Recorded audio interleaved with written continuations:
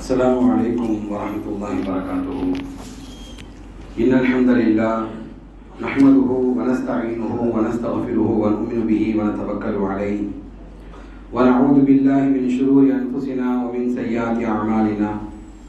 من يهده الله فلا مضل له ومن يضلله فلا هادي له.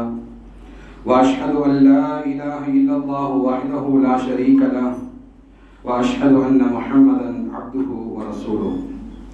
قال الله تعالى: يا أيها الذين آمنوا اتقوا الله حق تقاته ولا تموتن إلا وأنتم مسلمون. يا أيها الناس اتقوا ربكم الذي خلقكم من نفس واحدة وخلق منها زوجها وبث منهما رجالا كثيرا ونساء واتقوا الله الذي تساءلون به والأرحام إن الله كان عليكم رقيبا. يا أيها الذين آمنوا اتقوا الله وقولوا قولا سديدا يصلح لكم أعمالكم ويغفر لكم ذنوبكم ومن يطع الله ورسوله فقد فاز فوزا عظيما. صدق الله العظيم. قال رسول الله صلى الله عليه وسلم: إن أصدق الحديث كتاب الله وأحسن الهدي هدي محمد صلى الله عليه وسلم وشر الأمور محدثاتها وكل محدثة بدعة وكل بدعة ضلالة وكل ضلالة في النار أو كما قال. أما بعد، أوصيكم نفسي أولا بتقوى الله. قال الله تعالى في القرآن المجيد: الحج أشهر معلومات فمن فرض فيهن الحج فلا رفث ولا فسوق ولا جدال في الحج وما تفعلوا من خير يعلمه الله وتزودوا فإن خير الزاد التقوى واتقوني يا أولي الألباب. صدق الله العظيم. எல்லா புகழும் புகழ்ச்சியும் இந்த உலகத்தை படைத்து பரிபாலித்து ரசித்து வரக்கூடிய ஏகனான அல்லாஹ் ஒருவனுக்கு உரித்தாகட்டும். மேலும் அல்லாஹுடைய சாந்தியும் சமாதானமும் இந்த உலகத்திற்கு நேர்வழி காட்ட வந்த அனைத்து இறைத்தூதர்கள் மீதும் அவர்களை பின்பற்றக்கூடிய நல்லோர்கள் அனைவர்கள் மீதும் குறைந்து நவட்டும் என பிரார்த்தனை செய்வதாக ஆரம்பம் செய்கின்றேன்.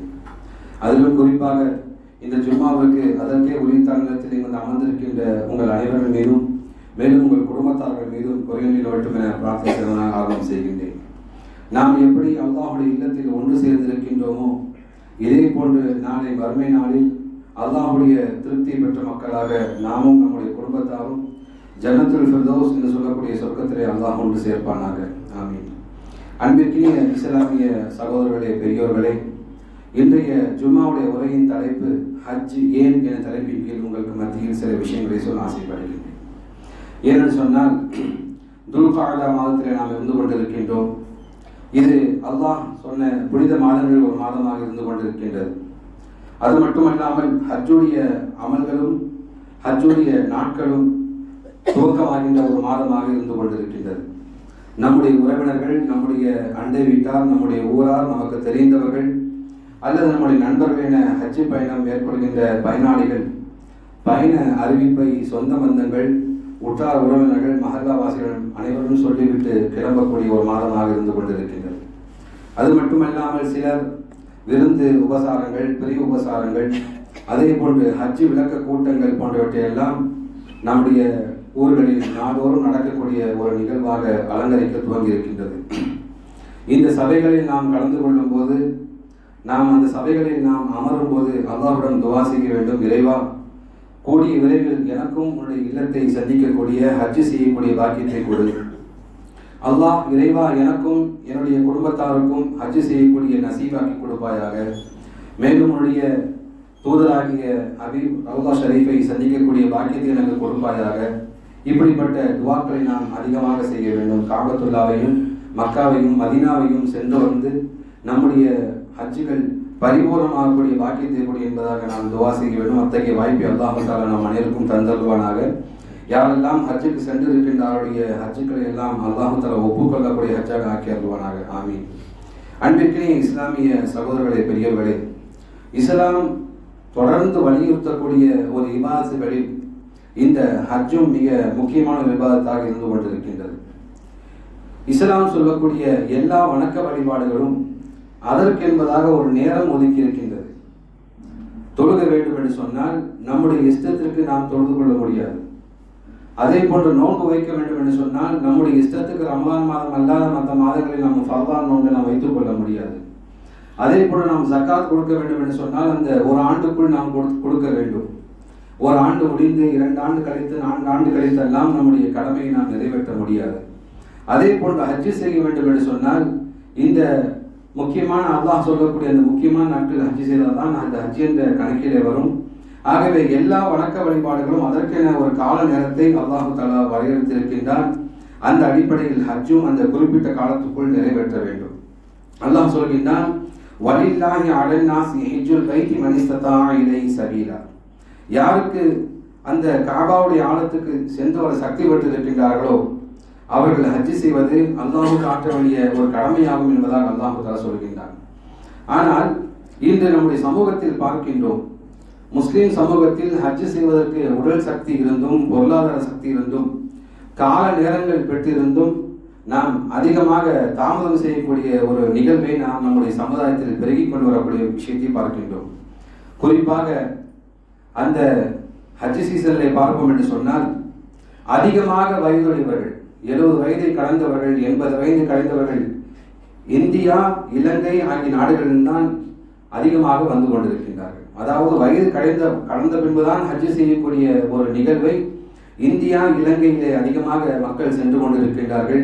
அதிலும் குறிப்பாக தமிழகம் முன்னணியில் இருந்து கொண்டிருக்கின்றது. ஹஜ் செய்ய வேண்டும் என்று சொன்னால் நம்முடைய கடன்கள், நம்முடைய பிரச்சனைகள், நம்முடைய எல்லா கஷ்டங்களும் முடிந்துவிட்ட பிறகு, நம்முடைய எல்லா பிள்ளைகளுக்கும் திருமணம் முடித்துவிட்ட பின்பு, நம்முடைய ஊரிலே 1க்கு 3 வீடு வாங்கி வைத்த பின்பு, இனி நாம் எதற்கும் லாய்க்கில்லை என்ற நிலைக்கு வந்த பிறகுதான் ஹஜ்ஜுக்கு செல்ல வேண்டும் என்ற நிலைக்கு தமிழகத்தில் இருக்கக்கூடிய அதிகமான மக்கள் முன்னணியில் இருப்பதாக ஒரு புள்ளி வரும் நமக்கு தெரிவிக்கின்றது.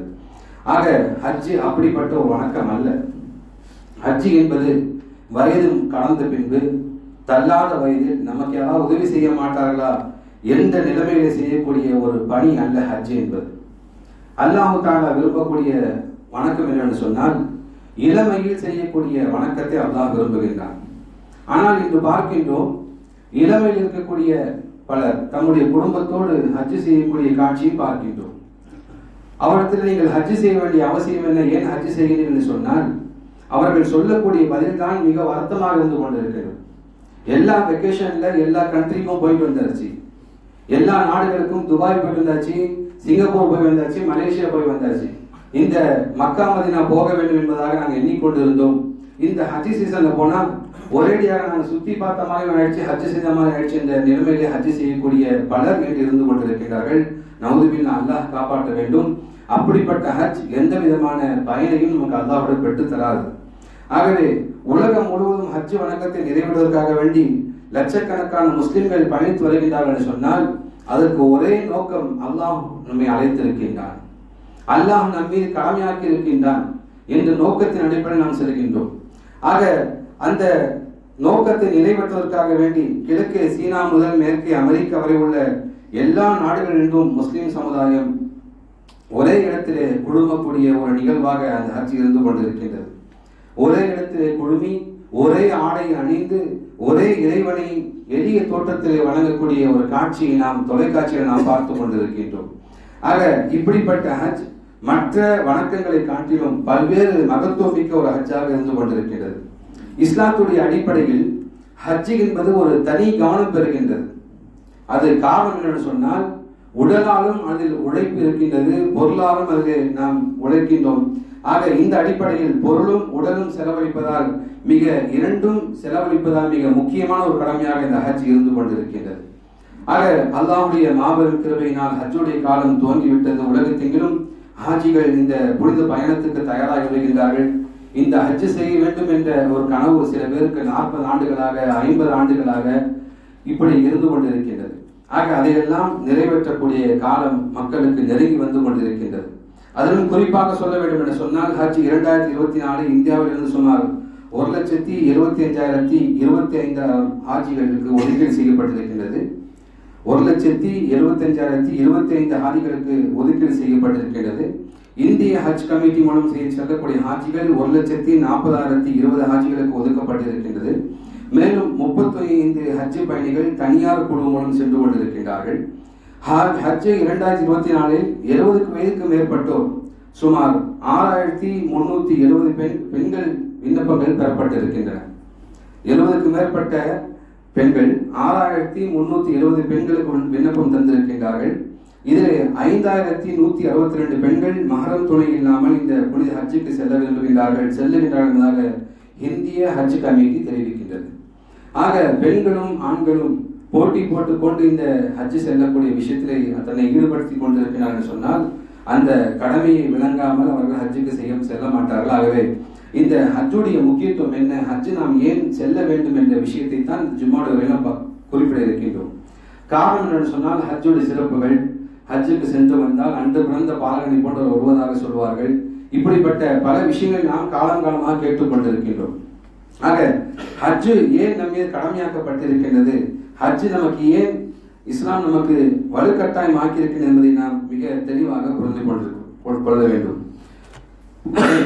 ஹஜ் என்று சொல்லக்கூடிய கடமை வெறும் இந்த உம்மத்தே முஹம்மது நபியுடைய உம்மத்துக்கு மட்டும் கடமையாக்கப்பட்ட ஒன்று அல்ல. மாறாக மனித சமூகத்தால் காலங்காலமாக நிறைவேற்றி வரக்கூடிய ஒரு இஸ்லாமிய கடமையாக இந்த ஹஜ் இருந்து கொண்டிருக்கின்றது.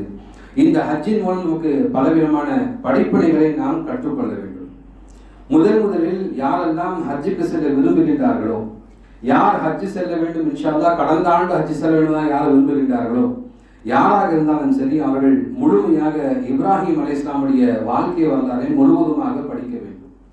யாருக்கு இப்ராஹிம் அலைஹிஸ்ஸலாமுடைய வாழ்க்கை வரலாறு, அவர்கள் செய்த தியாகங்கள், அவர்கள் செய்த முயற்சிகள், அவர்கள் அல்லாஹ்வை புரிந்து கொண்ட விதத்தை யார் தெரிந்து கொள்ளவில்லையோ, அதை யார் படிக்கவில்லையோ, குறிப்பாக இப்ராஹிம் அலைஹிஸ்ஸலாம் இஸ்மாயில் அலைஹிஸ்ஸலாம் அவருடைய வரலாறை யார் நினைவு கூறவில்லையோ அவர்கள் ஹஜ் உயிரோட்டம் இல்லாத ஹஜ்ஜாக மாறிவிடும். ஏனென்று சொன்னால் நபி இப்ராஹிம் அலைஹிஸ்ஸலாம் அவர்களை நினைவுபடுத்தக்கூடிய மிக முக்கிய நிகழ்வாக அந்த ஹஜ் இருந்து கொண்டிருக்கிறது.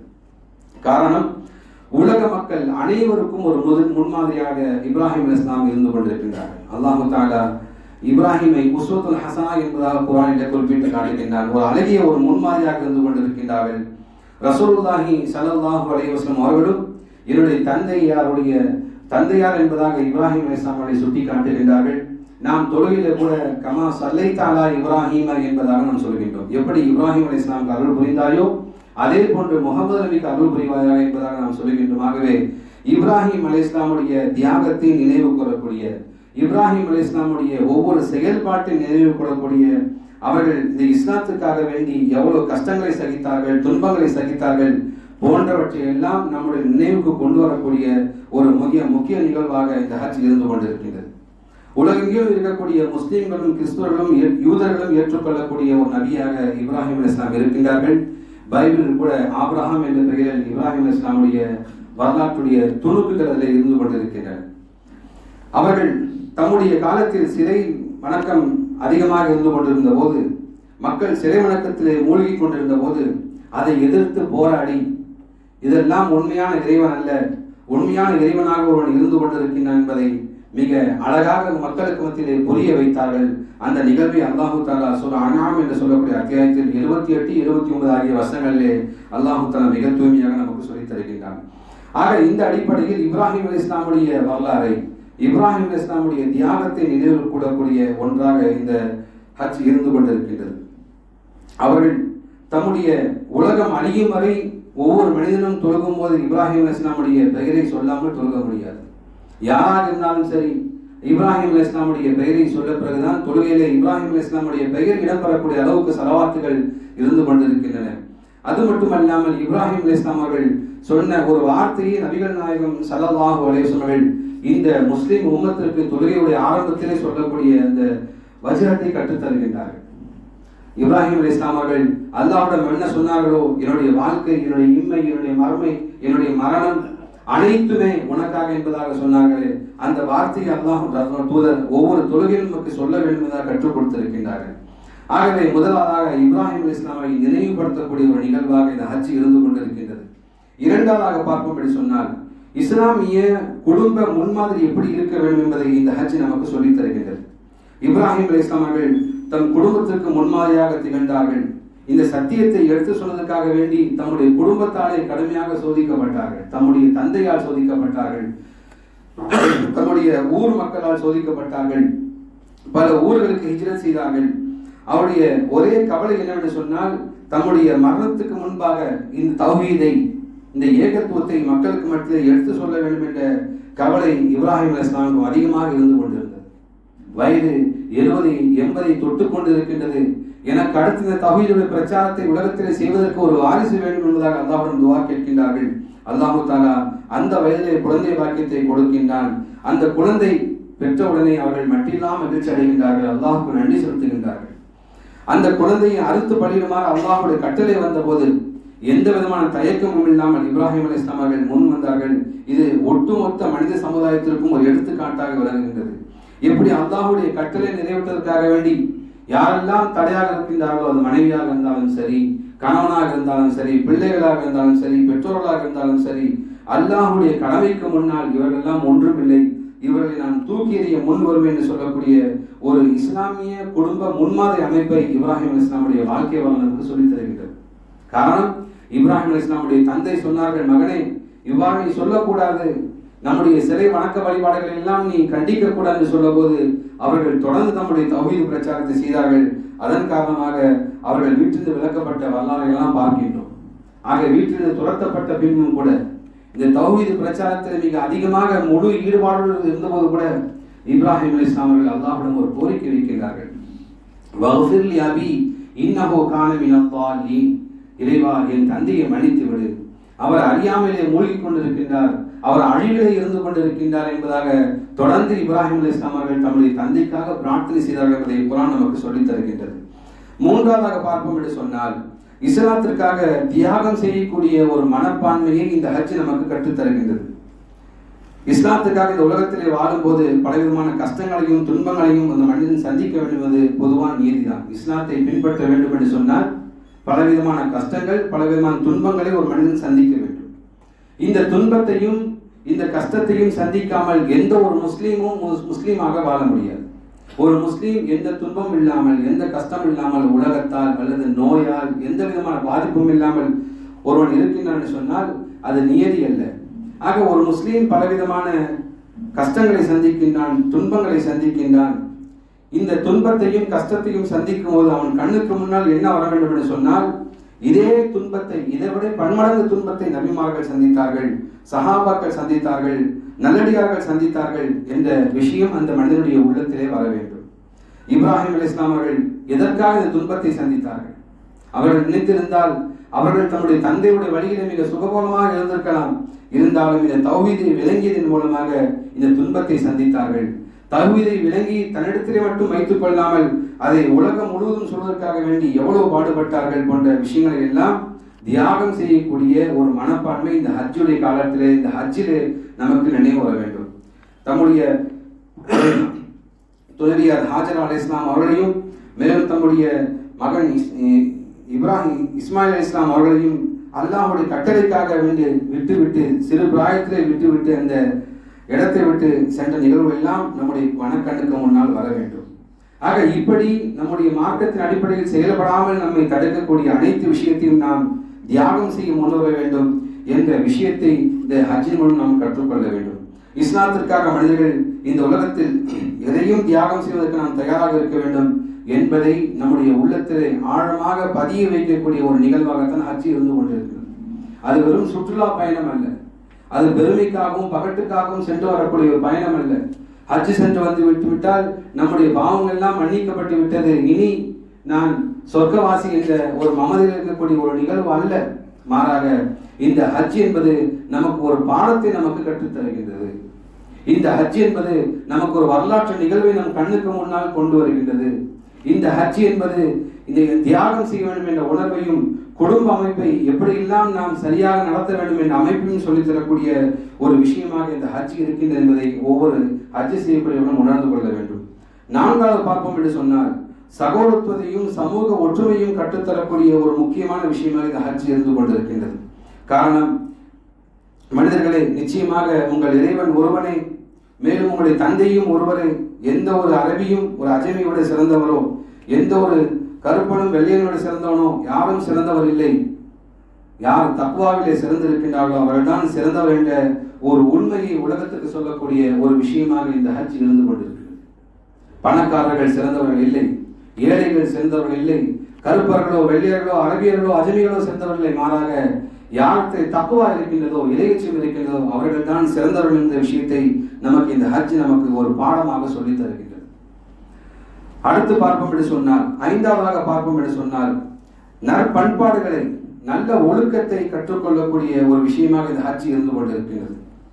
இந்த ஹஜ்ஜுக்கு செல்லக்கூடிய மக்கள் நம்முடைய வீட்டிலே நாம் லக்ஸூரியாக வாழ்ந்திருக்கலாம், ஒரு பணக்கார வாழ்க்கையை வாழ்ந்திருக்கலாம், வசதியான காரில் நாம் செல்லலாம், வசதியான ஊரில் நாம் இருக்கலாம். ஆனால் அந்த 5 நாட்கள் நம்முடைய ஆசைகள், நம்முடைய இச்சைகள், நம்முடைய பேராசைகள், நம்முடைய விருப்பங்கள் அனைத்தையும் அறுத்தெறியக்கூடிய ஒரு விஷயமாக இந்த ஹஜ் இருந்து கொண்டிருக்கிறது. நம்முடைய வீட்டிலே ஏசி இல்லாமல் நான் உறங்கியதில்லை, மெத்தை இல்லாமல் நான் உறங்கியதில்லை என்ற மனிதன் கூட அந்த அரஃபாவிலே அவன் மண் தரையிலே படுக்கின்றான்.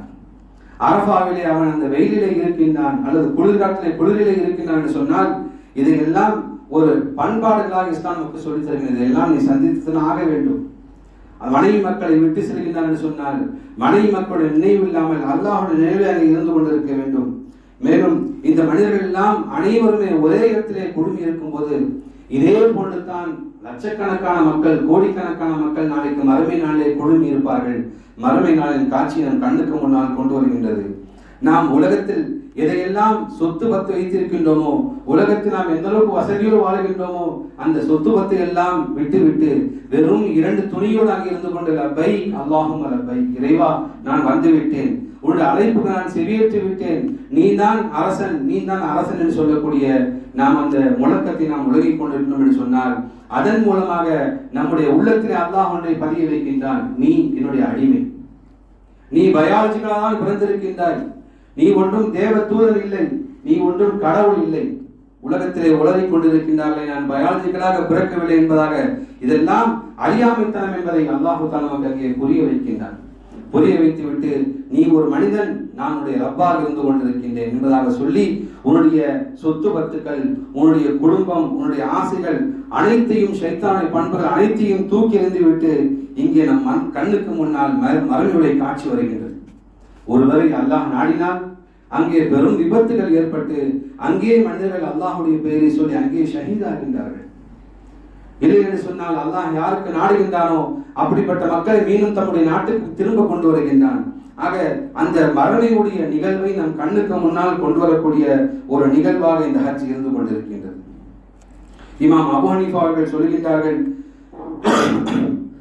இந்த ஹஜ்ஜில் இருக்கக்கூடிய மறைந்திருக்கக்கூடிய எண்ணற்ற பயன்களை இந்த மனித சமுதாயம் உணர்ந்து கொள்ள முடியாது என்பதாக சொல்கின்றார்கள்.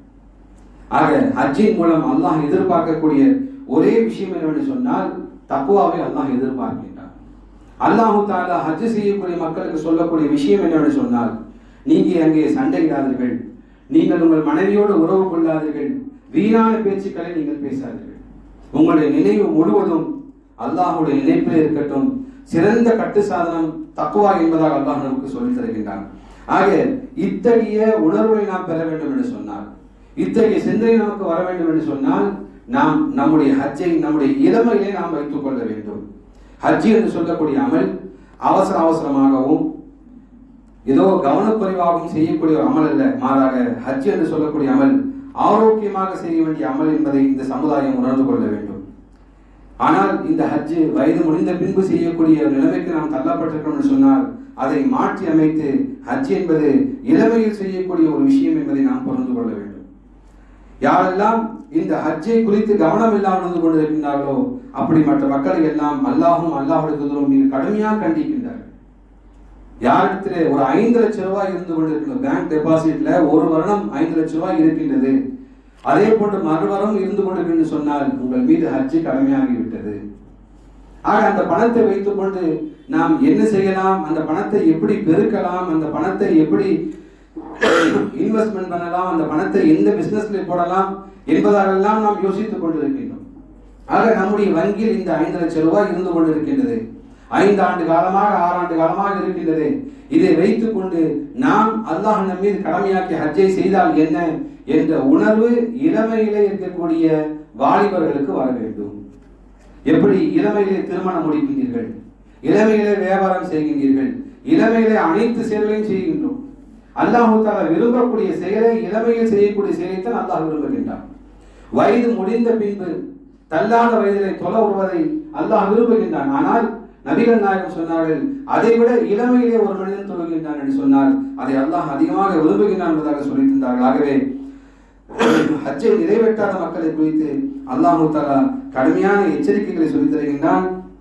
அல்லாஹ் கூறுவதாக நபிகள் நாயகம் ஸல்லல்லாஹு அலைஹி வஸல்லம் சொன்னார்கள், ஒரு அடியானுக்கு உடல் ஆரோக்கியத்தை கொடுத்து வாழ்க்கையிலே பல பரக்கத்துகளை கொடுத்து அதே நிலையில் 5 வருடம் கழித்தும் அவர் ஹஜ்ஜின் மூலம் என்னை சந்திக்கவில்லை என்று சொன்னால் அவர் மறுமையில் என்னை மிக துர்பாக்கியவானாக சந்திப்பான் என்பதாக அல்லாஹ் கூறுவதாக நபிகள் நாயகம் ஸல்லல்லாஹு அலைஹி வஸல்லம் சொன்ன ஹதீஸ் அபூ சயீத் அல்-குத்ரி அவர்கள் அறிவிக்கின்றார்கள். இப்னு ஹிப்பான் 3703 பதிவு செய்யப்பட்டிருக்கின்றது. மேலும் நபிகள் நாயகம் ஸல்லல்லாஹு அலைஹி வஸல்லம் சொல்கின்றார்கள், எவர் ஹஜ்ஜை நிறைவேற்ற தேவையான அளவுக்கு பொருளையும் வாகன வசதியும் உடல் வசதியும் பெற்றிருந்து அவர் ஹஜ்ஜு செய்யவில்லையோ அவர் யூதனாக கிறிஸ்துவனாக மரணிப்பதை பற்றி எனக்கு கவலை இல்லை என்பதாக சொல்கின்றார்கள். அல்லாஹ் நம்மை காப்பாற்ற வேண்டும். நபிகள் நாயகம் சொல்கின்றார்கள், யாருக்கு பொருளாதார வசதி இருந்தும் ஹஜ்ஜு செய்யவில்லையோ அவர் யூதனாக இருந்தால் மரணிக்கட்டும், கிறிஸ்துவனாக மரணிக்கட்டும், அதை குறித்து எனக்கு கவலை இல்லை என்று சொன்ன ஹதீஸ் திருமதிலே 812 ஹதீஸாக பதிவு செய்யப்பட்டிருக்கிறது. எப்படிப்பட்ட வார்த்தையை நபிகள் நாயகம் பயன்படுத்துகின்றார்கள்? காரணம் என்ன? அல்லாஹ் நமக்கு அவ்வளவு அருட்கொடைகளை கொடுத்திருக்கின்றான். அந்த அருட்கொடைகளை பெற்றிருந்தும் உடல் வலிமையை பெற்றிருந்தும் வாகன வசதிகளை பெற்றிருந்தும் நாம் இன்னும் ஹஜ் செய்யாமல் இருக்கிறோம் என்று சொன்னால் எதற்காக நீங்கள் தாமதிக்கிறீர்கள்? தாமதிக்கக்கூடிய காரணம் என்ன? மரணம் எப்போது வரும் என்பதாக நமக்கு தெரியாது. கொரோனா காலத்திலே ஹஜ் செய்ய முடியாமல் எத்தனையோ பேர் கஷ்டப்பட்டார். அப்போதெல்லாம் நாம் சொல்லிக் கொண்டிருப்போம், இப்ப மட்டும் பிளைட் விட்டா நான் ஹஜ்ஜுக்கு போயிருப்பேன் என்பதாக நாம் சொல்லுவோம். ஆனால் இன்று அனைத்தும் சுமூகமாக அல்லாஹ் அமைத்திருக்கின்றான். நமக்கு வசதி வாய்ப்பு இருக்கின்றது, கண்டிப்பாக நம்மிடம் பணம் இருக்கின்றது, உடல் வசதி இருக்கின்றது. ஹஜ் செய்யாமல் உங்களை தடுப்பது எது என்பதை நாம் யோசித்து பார்க்க வேண்டும். காரணம், அனைத்துக்கும் முன்பாக மரணம் முந்திவிட்டால் இந்த கடமை நிறைவேற்றாத பாவிகளாக நாளைக்கு அல்லாஹ்வுக்கு நான் இருக்க வேண்டும் என்பதை நீங்கள் ஒருபோதும் மறந்து விடாதீர்கள்.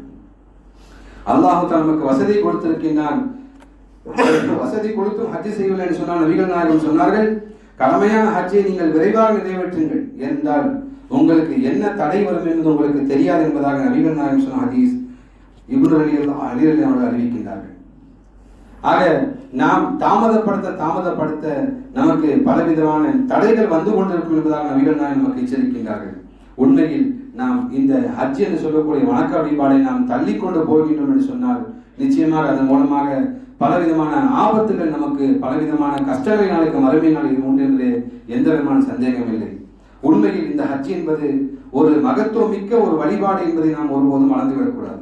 ஹஜ்ஜின் மூலமாக நமக்கு ஏற்படக்கூடிய வழிபாடுகளை நான் சுருக்கமாக சொல்லி முடித்து வருகின்றேன். முதலாவதாக, ஹஜ் செய்வதன் மூலமாக நம்முடைய ஆன்மா பரிசுத்தப்படுத்தப்படுகின்றது, நம்முடைய உள்ளம் பரிசுத்தப்படுகின்றது. இஹ்ராமுடைய ஆடை அணியும் போது மனிதன் உலகத்தில் இருக்கக்கூடிய உயர்வான ஆடை அணிந்த மனிதன் அல்லாஹ்வை சந்திக்க செல்லும் போது இந்த ஆடையோடு இஹ்ராமுடைய ஆடையோடு செல்லும் போது அந்த மனிதன் உள்ளத்திலே இந்த ஆடை இறுதி ஆடையாக கூட இருக்கலாம் என்ற எண்ணத்தை அது விதைக்கின்றது. இதன் மூலமாக அவன் உள்ளத்தில் இருக்கக்கூடிய ஆசைகள், பேராசைகள், பொருளாசை, பெண்ணாசை போன்றவற்றை எல்லாம் தூக்கி எறிந்து விட்டு உடுத்தக்கூடிய ஆடை ஒருவேளை இது கூட இறுதி ஆடையாக இருக்கலாம். ஆகவே நான் என்னோட உள்ளத்தை பரிசுத்தப்படுத்த வேண்டும் என்ற விஷயத்தை இந்த ஹஜ் நமக்கு சொல்லித் தருகின்றது.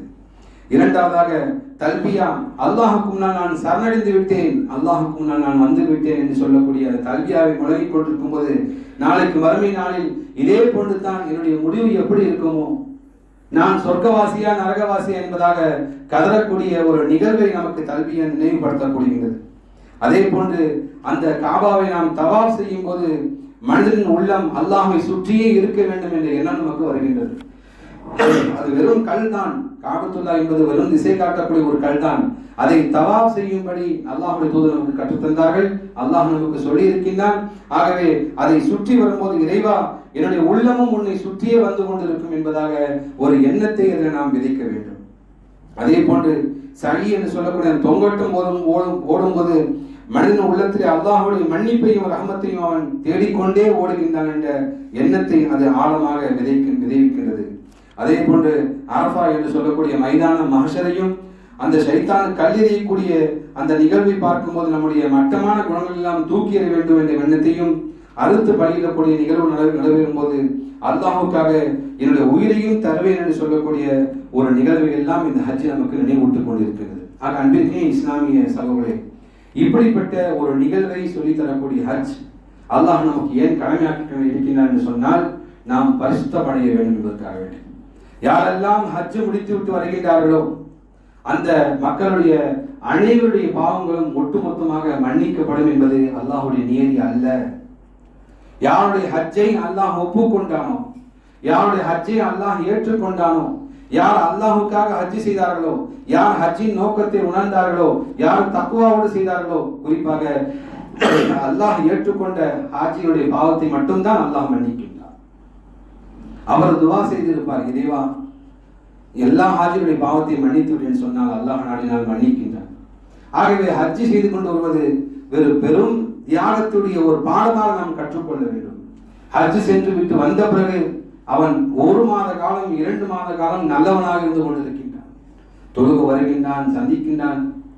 அதே போன்று கொஞ்சம் நாட்கள் செல்ல செல்ல மீண்டும் அவன் இஸ்லாத்தை விட்டு பின்னோக்கி சென்று கொண்டான் என்று சொன்னால் அந்த ஹஜ் அவனுக்கு எந்த விதமான மாற்றத்தையும் ஏற்படுத்தவில்லை. இது இறுதியாக கடைசியாக தயவு செய்து ஹஜ் செய்யக்கூடியவர்கள் அல்லாஹுக்காக வேண்டி ஹஜ் செய்யுங்கள். அல்லாஹ் இதைத்தான் சொல்கின்றார், வஅதீமுல் ஹஜ்ஜ வல் உம்ரத லில்லாஹ். தயவு செய்து அல்லாஹுக்காக செய்யுங்கள். பேருக்காக புகழுக்காக ஹாஜியார் சொல்ல வேண்டும், அது சொல்ல வேண்டும், இது சொல்ல வேண்டும் என்பதாக செய்யாதீர்கள். நீங்கள் ஹஜ் செய்யக்கூடிய விஷயத்தை தயவு செய்து பிரகடனப்படுத்தாதீர்கள். மக்கள் மத்தியில் சொல்லிக் கொண்டிருப்பது, மக்கள் மத்தியில் அதை பரப்பிக் கொண்டிருப்பது. ஒரு இமாம் ஹஜ்ஜுக்கு செல்கின்றார் என்று சொன்னால் பள்ளிவாசலில் ஆயிரக்கணக்கான மக்கள் இமாமத்தில் முசாவா செய்கின்றார்கள். அந்த இமாம் அதை விளம்பரப்படுத்துகின்றார். மக்கள் எல்லாம் அதை தினந்தோறும் சந்தித்து முசாவா செய்கின்றார்கள் என்று சொன்னால் என்ன பயன்? என்ன பயன்? ஏனென்று சொன்னால் முஹ்லிஸீன லஹுத்தீன், அல்லாஹ் விரும்பக்கூடிய விஷயம் என்று சொன்னால் எந்த ஒரு செயல் செய்தாலும் நீங்கள் அல்லாஹுக்காக செய்யுங்கள். நோன்பு வைக்கின்றோம் என்று சொன்னால் நீங்கள் நோன்பாளியா இல்லையா அல்லாஹ் அறிவான், நீங்கள் சொல்லாதவர். அதே போன்று நாம் தர்மம் செய்கின்றோம் என்று சொன்னால் அந்த தர்மத்தை ஒரு கைக்கு தெரியக்கூடாததாக நபிகள் நாயகம் சொல்லுகின்றார்கள். சஹாபாக்கள் பள்ளிக்கு தொழுக வந்தால் சுற்றி முற்றி பார்ப்பார்கள், தொழுவதை யாராவது பார்க்கின்றார்களா என்று பார்ப்பார்கள். யாராவது பார்க்கலாமா தோணா அப்படியே அமர்ந்து விடுவார்கள். காரணம், நபிகள் நாயகம் சொன்னார்கள், நான் ஒரு இடத்திலே பயப்படுவதெல்லாம் ரியாவை கொண்டு தான் பயப்படுகின்றேன், சின்ன ஷிர்க் ரியாவை கொண்டு பயப்படுகின்றேன். அது என்ன என்பதாக சஹாபாக்கள் கேட்கும் போது, மக்கள் பார்ப்பதற்காக வேண்டி, மக்கள் புகழுக்காக வேண்டி நீங்கள் செய்யக்கூடிய அமலை அல்லாஹ் ஒருபோதும் விரும்புவதில்லை, அது சின்ன ஷிர்க் என்பதாக அல்லாஹ் சுட்டிக்காட்டினார். ஆகவே ஹஜ் செய்யக்கூடிய ஹாஜிகள் அவர்கள் குடும்பத்தாருக்கு சொல்லுங்கள், தேவை ஏற்பட்டால் சொல்லுங்கள். குடும்பத்தார்கள் தேடுவார்கள் என்று சொன்னால் சொல்லுங்கள், நண்பர்கள் தேடுவார்கள் என்று சொன்னால் சொல்லுங்கள். தயவு செய்து அதை ஊர் முழுக்க விருந்து வைத்து முன்பின் தெரியாத மக்களுக்கெல்லாம் சொல்லி பெரிய விழா எடுத்து விருந்து போட்டு மாலை போட்டு ஏர்போர்ட்டுக்கு 500 கார்கள் சென்று இதெல்லாம் எந்த விதமான பயனும் இல்லை என்பதை புரிந்து கொள்ள வேண்டும். அதே போன்று அங்கே ஹஜ் செய்யக்கூடிய ஹாஜிகள் அங்கு நடக்கக்கூடிய ஒவ்வொரு விஷயத்தையும் செல்போனிலே படம் எடுத்து நாட்டு மக்களுக்கு, சொந்தக்காரர்களுக்கு குரூப்ல எல்லாம் ஷேர் செய்து, பாருங்கள் காபா பக்கத்தில் இருக்கின்றேன், பாருங்கள் சைடில் ஓடுகின்றேன், பாருங்கள் கல்லெறிகின்றேன், இப்படிப்பட்ட செயல்கள் செய்வதன் மூலமாக எந்த விதமான பயனும் இல்லை. ஆகவே தயவு செய்து ஹஜ்ஜுக்கு செல்லக்கூடிய ஹாஜிகள் உங்கள் மொபைல் போனை வீட்டிலே வைத்து செல்லுங்கள். அந்த நாட்கள் உங்களுக்கும் உங்கள் குடும்பத்தாருக்கும் எந்த விதமான தொடர்பும் இல்லாமல் நீங்கள் அல்லாஹ்வுடைய தொடர்பில் இருந்து பழகுங்கள். காரணம், நீங்கள் மரணித்த பின்பு கபரில் இருந்து கொண்டு செல்ஃபி எடுத்து அனுப்ப முடியாது. பாருங்கள், மலக்குமார்கள் கேள்வி கேட்கின்றார்கள், பாருங்கள் நான் உறங்கிக் கொண்டிருக்கிறேன் சொல்ல முடியாது. ஆகவே முழுக்க மரணத்தையும் மறுமையும் நிறைவேற்றக்கூடிய ஒரு நிகழ்வாக நம்முடைய ஹஜ்ஜுடைய பயணத்தை அமைத்துக் கொள்ள வேண்டும். அந்த காலகட்டத்திலே 6 மாத காலம் பயணப்பட்டு ஹஜ்ஜுக்கு செல்வார்கள். அவர்கள் செல்லும் போதே தம்முடைய சொத்துக்களை தம்முடைய வாரிசுகளுக்கு பிரித்து கொடுத்து விட்டு செல்வார்கள். அதுதான் உண்மையான இஹ்லாஸ். மீண்டும் வருவோம் என்ற எண்ணம் இல்லாமல் நான் அல்லாஹுக்காக புறப்படுகின்றேன். ஆனால் இன்று ஒவ்வொரு நொடியும் அப்டேட் வந்து கொண்டே இருக்கிறேன் சொன்னால் இவன் எங்கே அல்லாஹுடைய அப்டேட்டில் இருந்து கொண்டிருப்பான், எங்கே அல்லாஹுடைய சிந்தனை இருந்து கொண்டிருப்பான். நவுதுபில்லா, அல்லாஹ் நம்மை காப்பாற்ற வேண்டும். ஆகவே ஹஜ்ஜுக்கு செல்லக்கூடிய ஹாஜிகளுக்கு சுருக்கமாக 5 அறிவுரைகள். முதலாவதாக இப்ராஹிம் அலைஹிஸ்ஸலாம், இஸ்மாயில் அலைஹிஸ்ஸலாமுடைய வாழ்க்கை வரலாறை முழுவதுமாக படியுங்கள், அவர்கள் தியாகங்களை புரிந்து கொள்ளுங்கள். இரண்டாவதாக அல்லாஹுக்காக வேண்டி ஹஜ் செய்யுங்கள், அதுவும் இளமையிலே ஹஜ் செய்யுங்கள். வயது முதிர்ந்த பின் ஹஜ் செய்வதை விட்டுவிடுங்கள். மூன்றாவதாக இந்த ஹஜ் செய்வதை நீங்கள் ஒருபோதும் விளம்பரப்படுத்தி கொண்டு தெரியாதீர்கள். நான்காவதாக முழுக்க அல்லாஹ் நினைப்பிலே அங்கே காபாவிலே ஹரமிலே இருங்கள். ஐந்தாவதாக உங்கள் ஹஜ்ஜு ஒப்புக்கொள்ளப்பட வேண்டும் என்பதாக அதிகமாக துவா செய்யுங்கள். அதே போன்று நாட்டு மக்களுக்காகவும் நாட்டில் ஏற்படக்கூடிய நல்ல ஆட்சிகளுக்காகவும் துவா செய்யுங்கள். நிச்சயமாக அல்லாஹு தஆலா உங்கள் ஹஜ்ஜுகளை எல்லாம் ஒப்புக்கொள்வானாக, உங்கள் பாவங்களை எல்லாம் மன்னிப்பானாக. அதே போன்று புனிதமான ஹஜ்ஜு செய்யக்கூடிய பாக்கியத்தை இங்கு ஜும்மாவிலே வந்து கொண்டிருக்கக்கூடிய அனைத்து மக்களுக்கும் அல்லாஹ் தந்தருவானாக. பாரக்கல்லாஹ் பாரக்கல்லாஹ்.